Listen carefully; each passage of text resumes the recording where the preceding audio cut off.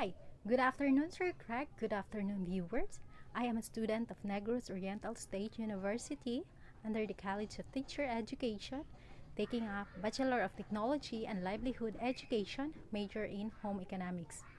I would like to borrow your time for at least 5 to 10 minutes for today's presentation, and the title of this presentation is Advantages and Disadvantages of Portfolio Assessment. But before that, I would like to give a short overview of what are portfolios.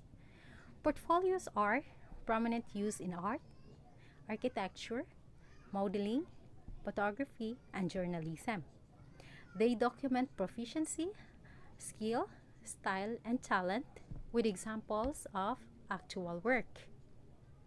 And for portfolio in education, it is a purposeful, systematic process of collecting and evaluating student formative or summative assessments to document progress toward the attainment of learning targets or show evidence that a learning target has been achieved. Okay, these are the advantages of portfolio assessment. Number one is promote student self-assessment. It engages students in self-evaluation and reflection, which lead them in a goal setting and encourage and support their critical thinking. Then, number two is promote collaborative assessment. It involves students in a collaborative work. Number three, enhance students' motivation. Well, of course, it enhances students' motivation, their creativity, or they're willing to work because they're passionate with their output. Four is systematic assessment is ongoing. Of course, there is a collection of work, that's why it's ongoing. Focus is on an improvement, not comparison with others.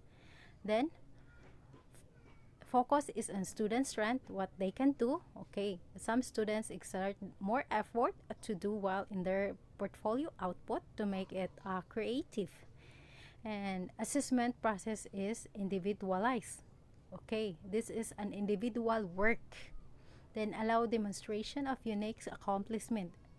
Why we call it unique? It's unique because every student has different creativity of work, different styles, and different materials used. Then provides concrete examples for parent conferences. Of course, this is practical examples of student work for parents conferences to report to their parents the progress of their child's performance. Then products can be used for individualized teacher diagnosis. The teachers can diagnose this output, portfolio output. They can understand which students do well or exert creativity in their output. And the last one is flexibility and adaptable. It is adaptable for those students who has very good in creativity of portfolio. And the next one is the disadvantages of portfolio assessment. First is scoring difficulties may lead to low reliability. Why? It is because time consuming. The output is also not consistent. Why it's not consistent? Because as I said, students has differences in their creative work. Number two, teacher training needed. Teacher need to be trained in checking out portfolio because some teachers are not familiar with it, not their expertise. Third is time consuming to develop criteria, score, and meet with students. Why? Because the criteria are too general. There is no specification of criteria with a portfolio. That's why it's consuming to develop. Then students may not make good selection of which material to include. Okay, because of the resources, students are financially unstable, so that's why their resources, making a portfolio output is not good. The outcome is not good.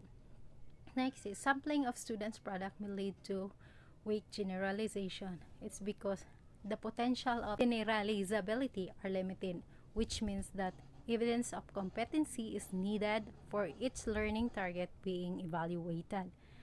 Then the last one is parents may find portfolios difficult to understand because some parents does not know what portfolio is, what's the content of a portfolio. That's why it's difficult for them to understand.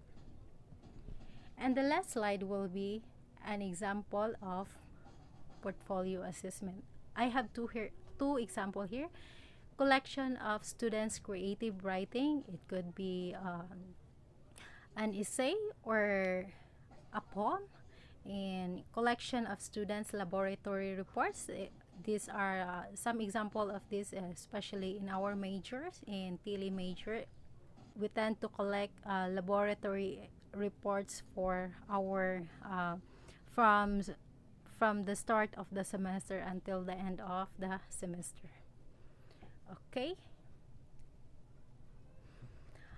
The content of this presentation is not mine. It is a copyright. That would be all for today's presentation. I hope you learned something. Thank you very much for listening and watching. Viewers in Sir Greg. Bye.